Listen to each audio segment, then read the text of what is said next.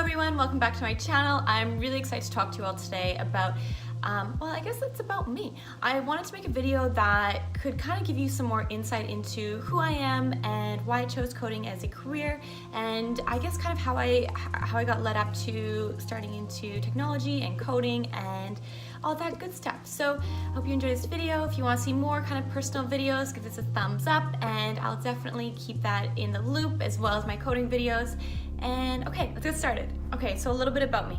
I grew up in Saskatchewan in a really small city, 16,000 people. I spent a lot of time going to my dad's farm or working construction with him, and as well as just like living a normal high school life. And one thing I really loved throughout high school though was fashion and this whole idea of being in the fashion world. So I actually started out my career going to starting in fashion, and I went to Vancouver where I studied fashion merchandising, and it was a really great experience. I really enjoyed it, but I kind of got the vibe that fashion really wasn't for me. But I still had an offer to go overseas to China to do some modeling, so I did that for a while, and I really met some incredible people doing that. But I wanted to come back and get an education. I had no idea where to move to. I just knew I wanted to live in a bigger center. I knew I wanted to go to school. I didn't know what I wanted to go to school for. I felt like really lost and confused. But I just was kind of going with my gut instinct, and I was really lucky that my parents were really just like pushing me and just being like, go do what you gotta do. Like, they were really trustworthy and supportive of everything I did. So I pretty much just like put my finger on the map and was like, Toronto seems cool, like it's a big center. I've never been there. I don't know anyone there. Well, I knew one person, my one cousin, but otherwise I had no one here. So I moved here, and I didn't even apply for university right when I moved here. I just kind of was like, let's see what happens. So I moved here, and I applied at Ryerson University for business and graphic communications management. I don't know why I chose graphic communications management. I didn't even know what I was getting myself into, but I guess I just liked the name. I don't even know. I can't even recall, but I got accepted and I chose to go to graphic communications management. I thought it sounds a little bit more fun than business, and I'm so happy I did because it was an incredible 4 years. So what did I study at university? My bachelor is in technology, and what that really entails is learning a bit about a bunch of technologies, a little about a lot of things. So I felt like I knew what technologies were out there and different software programs to use for different kind of things, but I didn't feel like I had a very strong hold on any one of those technologies. It was in my 4th year that we took a very basic coding course, and it was more like HTML and CSS, and that's it. And I absolutely fell in love though, like the idea of building different things and seeing it come up on screen and just the different kind of aspects that coding brings. And then I was looking into it more and speaking to different people, and even hearing about like how you can do this independently, like work from home, you can travel and do this. There's no cap on your salary depending on what you want to do with it or how you decide to build your business or work for someone. And it was just so cool and exciting to me. So I literally was coming from zero experience with coding other than my last year at university, and it was terrifying. I cried a lot. I called my boyfriend and my parents a lot because I was like, where do I go from here? I know I want to be in this industry, but I don't know what to do. So I ended up going to, as many of you know, Brain Station, which is a private college here in Toronto. It's really like a boot camp style education and learning, and I learned so much there. It was really amazing.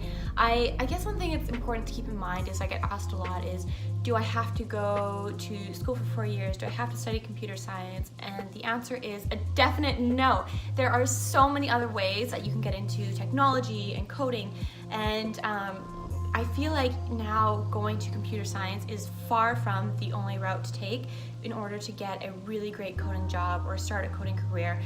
Especially even, I don't know if you guys have heard, but I was reading somewhere that now Google and I think like all the big tech companies have actually taken that out of their mandatories and out of their their job postings that you have to have like computer science or anything like that, which I think is so cool and moving really in. So I really like that aspect of it. Another question I get commonly asked is how to like kind of self-learn, or how do you kind of make time? And the answer to that is I spend my Saturdays coding. I literally spend from waking up in the morning until the evening when I hang out with my boyfriend or friends coding. And that's like, I'm not trying to glamorize that or make that sound at all cool or what you should do, but that's just what I had to do to get to where I needed to be. And a lot of times it was my Sundays as well. It was kind of just like round the clock circle or after work, before work. But I'm so happy I did that because it got me to where I needed to be.